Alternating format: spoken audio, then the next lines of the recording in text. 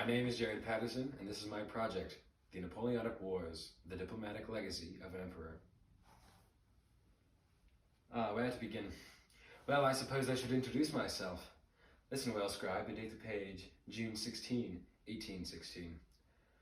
My name is Charles Edmonton, and I am a scholar of European diplomacy, and I have recently focused my studies to the Napoleonic Wars and the diplomatic efforts found at this time period.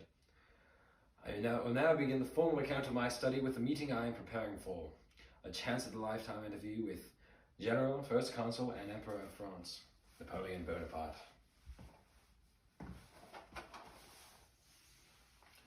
Bonjour, you must be the English scholar, so you come from my story and the story of France, eh? Many do. I will not trouble you with my early years, but let us start at my window of opportunity, the French Revolution. With peasants decapitating their lords and aristocrats fleeing, there was much chaos. Neighboring kingdoms felt threatened by seeing France burn, so armies were built against the new republic. I, being a promising military student, was put in charge of the army of Italy. They were poorly fed, highly supplied, but I filled them with might through my words. Yeah, I have a transcript of one of my speeches here.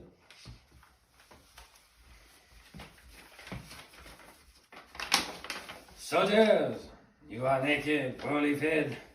The government owes you a great deal, but can give you nothing.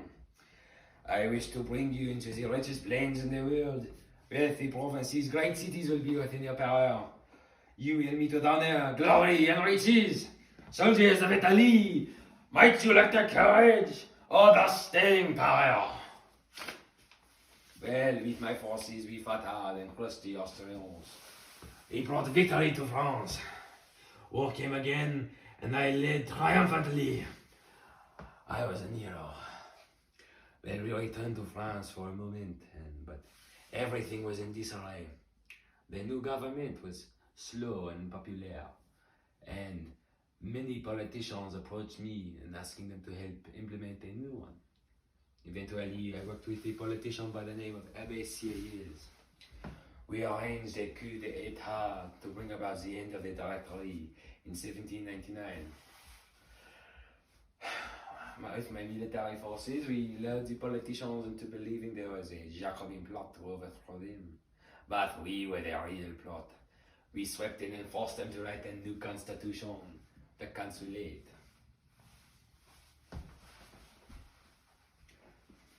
I noted for me, scribe. After the introduction of the consulate, France prospered.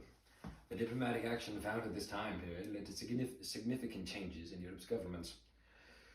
5 years later, in 1804, Napoleon crowned himself Emperor of France. With Europe still in unease, war continued to rage on, however. In the years 1805 to 1809, Napoleon fought valiantly in the Third, Fourth, and Fifth Wars of the Coalition. But eventually Napoleon would lead himself to the greatest blunder of the Napoleonic Wars, the Russian campaign. Where was I? Oh yes, at time I do not like to remember. Allow me to explain. You see, after the Fifth Coalition, Russia and France are in more peace than they had been before. But I had distrust for Tsar Alexander. I began amassing an army to bring about the end of Russia. Well, we began our march. They employed the strategy of cowardice, running. As we set forward, they fled and burnt everything behind them, leaving nothing for us to eat. By the time we reached Moscow, my soldiers were already starving, but they set the city ablaze. And then winter set in. Oh, it was hellish. Soldiers were dying everywhere, men sat down and never stood again. The sorrow was ringing in my ears.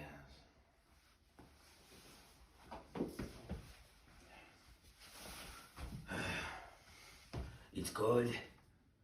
We have nothing. And I think I'd rather die than brave another of these starving nights. This is what I get for serving my country. I miss my own. But here we are in the snow, men dying around us. If we wake in the morning, there's marching and work enough to break a man.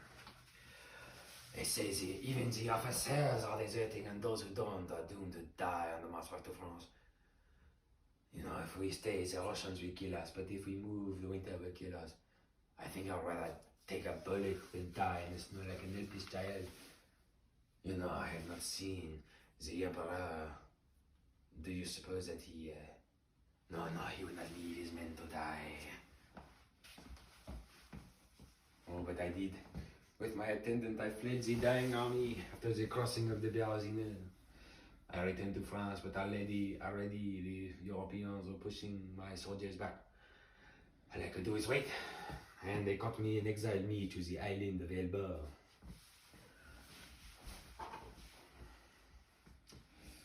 Let us continue scribe. After Napoleon's exile, Europe needed to redraw the map. Thus, the Congress of Vienna was born, and British Prime Minister Lord Castlereagh was at the forefront of this Congress. Gentlemen of Europe, I, Robert Castlereagh, and we are gathered here today to discuss the shape and future of our continent. Napoleon has disrupted the balance of power by claiming large amounts of land. I propose we adapt the concert of Europe to maintain boundaries and make sure that this never happens again. Already I have the support of Metternich of Austria and Tsar Alexander, so leaders, I entreat you, let us preserve the peace in Europe, that this may never happen again. Let us continue. Well, eventually I found my freedom and I was able to go back to southern France. As I marched to Paris, I began amassing an army of soldiers that were happy with my return. I returned to Paris and they reinstated me as emperor. The Parisians lined the streets heralding my return. It was a glorious day. Oh, but the leaders of Europe did not think so. Already armies of Europe were being amassed again. It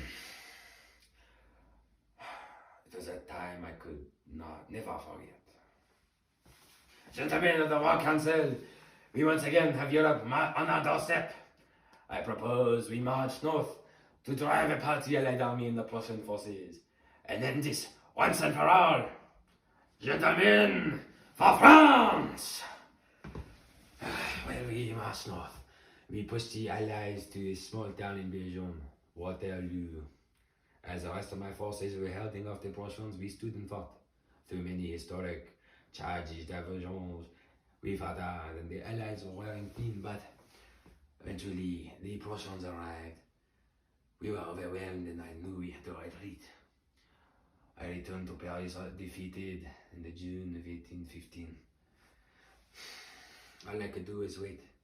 They had caught me and I had lost. And then the Congress exiled me to this infernal prison that I am in now. So there you have it, English scholar. There is my story. Do what you may with it, but remember this. I changed the world.